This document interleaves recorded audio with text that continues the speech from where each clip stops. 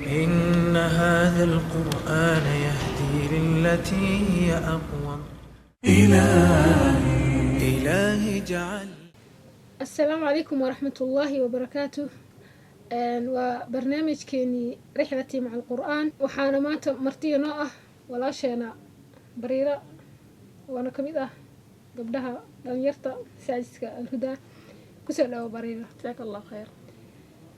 magacaygu waxaa waaye Bariir Cabdixakiim, waxaa ku dhashay waddanka Finland, gaar ahaan magaalada Espoo. goormee bilaabatay rixladaadii qur-aanka? Waxaa bilaabay inaan qur-aanka barto markaan jiray 4 sano jir.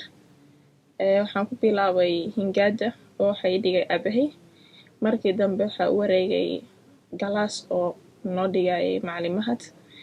Asaga waxay u waday ilaa iyo markaan jiray 11 oo wuxuu i gaarsiiyey ilaa iyo suuratul Hijr. Waxaa igala bilaabay Macallin Xasan xafidahullah oo igala bilaabay suuratul Hijr ilaa iyo aakhir aaya. ilaa qur-aanka ka xifdisay mise qur-aanka markaa dhamaysay? ilaa qur-aanka xifdiya. masha Allah. wiila dhameey waana il xifdiya. goormaa bilowday marka qur-aanka xifdintiisa? waxaa bilaabay sanadka markay ahayd 2013. masha Allah. sidee ku bilowday xifdiska qur-aanka? ani horta igama ahayn inaan qur-aanka xifdiyo, rajana kama haynin inaan xifdiyo, laakiin waxaa u mooday inaan dulmaraayo leh qur-aanka mar labaad.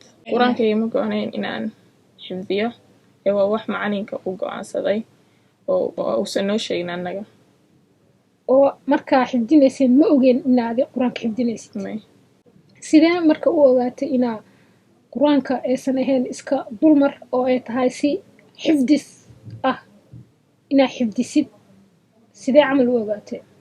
waxaa ogaaday markii imtixaan la qaaday 15 juz oo kore oo loo keenay macallimiin oo xufaad ah oo hor imaadeen imtixaan qaadeen. macalinka ila taliyay inaan qur-aanka iska dhameeyo. ani markii horeysay markaan dhameeyay 15 juz waxaan ku jiray high school oo marka kaas ay bilowday marka mashquulkayga ayaa badanaaday. kadib macalinka ila taliyay inaan iska wado oo iska sabro oo qur-aanka iska dhameeyo. oo ilaahay tansaarta. masha Allah. qur-aanka marka xifdinaysa sidoo kula ahaa? macalinka alxamdulillah wuu noo fududeeyay qur-aanka inaan barano. wuxuu nagu bilaabay inaan xisib markii hore keeno oo baqaraan ka bilaabno xisib baa keenay. markaan baqara dhameynay aan muraajacaan galnay. markii dambe markuu fiiriyay inaan baqara naqaano wuxuu bilaabay inuu mutashaabihadkan la maro. oo mutashaabihadka waxa waaye qur-aanka meelaha isku mid yihiin. markii dambe waxa u wareegnay suuratul Imraan oo maxay ahaydna kama tegina suuratul Baqara. marka Imraan markaan dhameynay baqara Imraan isku haynay wasaas aan isku haynay ilaa iyo rabbinaas. marka qur-aanka xifdi jirtay dhiirigelinta yaa ka heli jirtay? أولاً waxaan ka heli jiray macalinkayga Macallin Xasan. ثانياً waxaan ka heli jiray waalidkayga oo ii fududeeyeen inaan qur-aanka xifdiyo oo hawlihii iyo wixii kala hayay iga qaadeen. marka alxamdulillah. masha Allah. waxaan rajeynayaa inaan qur-aanka tafsiirkiisa dhammaystiro. kabacdi waxaan rajeynayaa inaan qiraa'aadka kala duwan inaan barto oo dadka kala baro.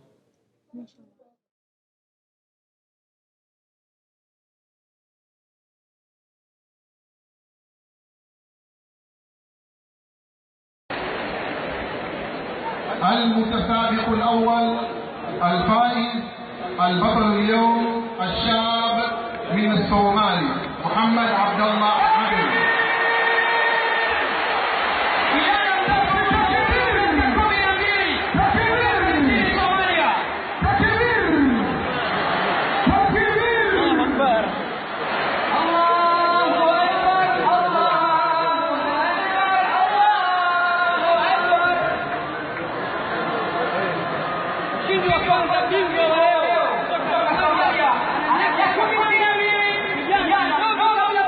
Zawadi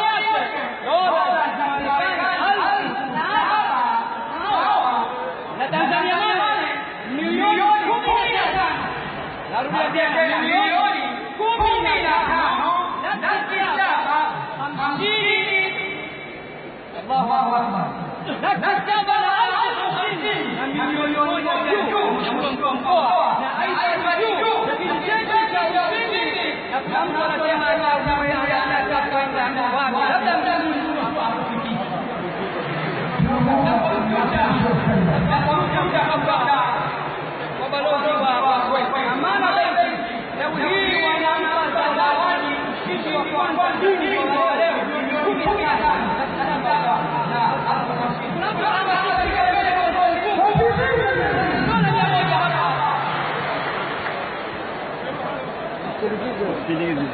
tunamwomba mwakilishi wa Kaimas Jobe Ali ambaye ametoa ahadi ya kumpeleka popote mshindi wa kwanza. Tunamwomba aje hapa ili aiweke wazi ahadi yake hiyo.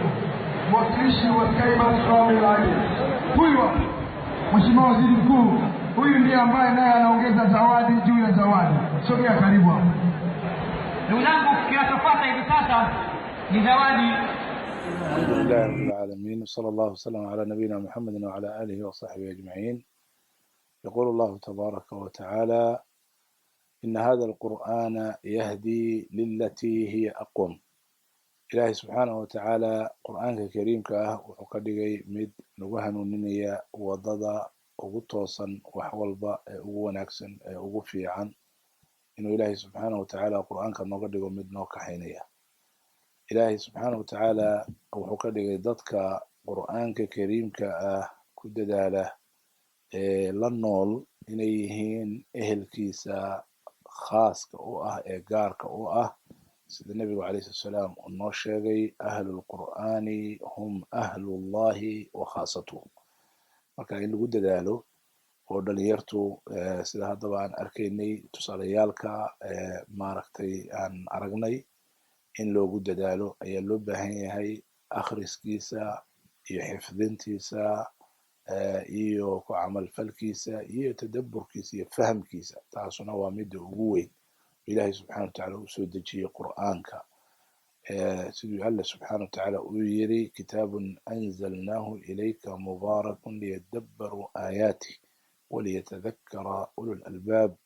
ويقول الله تبارك وتعالى: أفلا يتدبرون القرآن أم على قلوب أقفالها. هذا كلام قيبي إلهي سبحانه وتعالى ضد قرآن كفهمة وكتدبرا وكعمل فلا إيو ضد قلبي جودو كحرية هي ساس درتد قرآن كريم كإنان كتدبرنو وفهمنو معنيه سا إيو واحد إلهي نقرأ الله إيو أي لبهية أخرنتيسا يتدبر كيسا يفهم كيسا iyo ku camal falkiisa intaba. waxaan aad u boorinayaa oo aad iyo aad u bogaadinayaa dhalinyarta ku dadaasha qur'aanka, kuwaas oo ilaahay subxaanahu wa ta'aala aan uga rajaynay inay noqdaan kuwa ku koray oo ku barbaaray kitaabka ilaahay subxaanahu wa ta'aala iyo diinta ilaahay, kuwana kuwa ilaahay subxaanahu wa ta'aala uu jecel yahay maalinta qiyaamana ilaahay harkiisa uu ku haray carshigiisa.